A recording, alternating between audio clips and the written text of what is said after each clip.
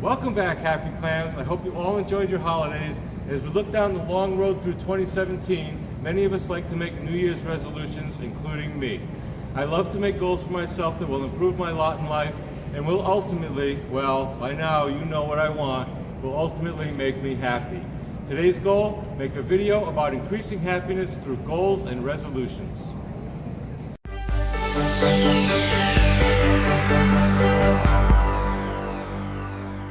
We all have goals in life, even if the goal is to never make any changes or resolutions or goals.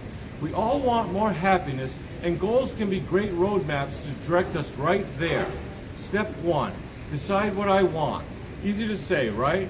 But if my goal is not in line with what I truly want in my heart, in line with my true self, my inner child, then I'm not likely to put in the required effort to achieve such a goal. If you have a dream that's truly important to the real you, then here's some advice about how to get there.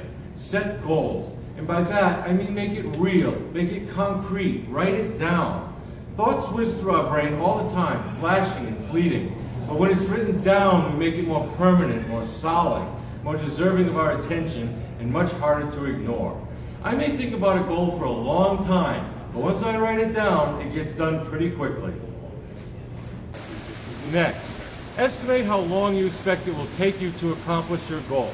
Then break it down into small, achievable steps. For example, if your goal is to lose weight, decide what approach to take. Diet, exercise, yoga, fasting, sports.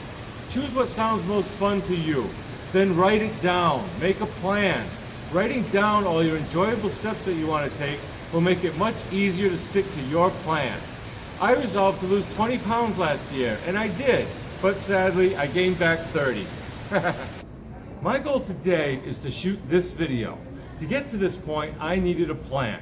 I had to pick a topic, do research, write, choose locations to film. I had to prepare by buying gas for my car, making props, arranging for others to help me, etc. So I made a plan. I've been working this plan for about 12 days, and today is my plan's climax. Let's go. The main hint I want to share about goals is always make them measurable. The goal of finding new friends, for example, could be measured by the number of people that I call my friends, or how many phone calls I make to my friends each week, or the number of outings or meetings I go to with friends each month. These are clear, quantifiable goals worth pursuing. More subjective goals, like wanting to feel more supported by friends or to feel less lonely, are too hard to measure. How would you know when you've arrived at your goal?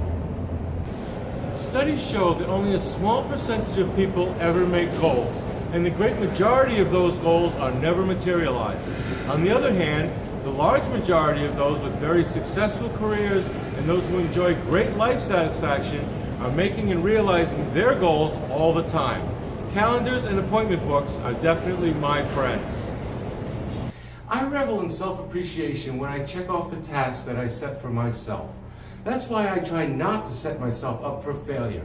I never make goals that I don't believe I can achieve. Each morning, I set aside a few minutes to jot down my plans for the day. Then, I pick the hardest task and try to do that one first. I usually remember what's on my list during the day, but if not, I can always refer back. In the evening, I get to check off the things I did and transfer to tomorrow those things I didn't get done today. Completing any single goal feels great, but after completing a series of steps that lead to a larger goal being accomplished, like completing a video, I always try to celebrate my success a little more, and so should we all. The joy I get from completing a goal that I really wanted is cause to party! It also gives me courage and strength to go start over on my next resolution. One possible pitfall of resolutions is that they can make the completion of goals seem too important.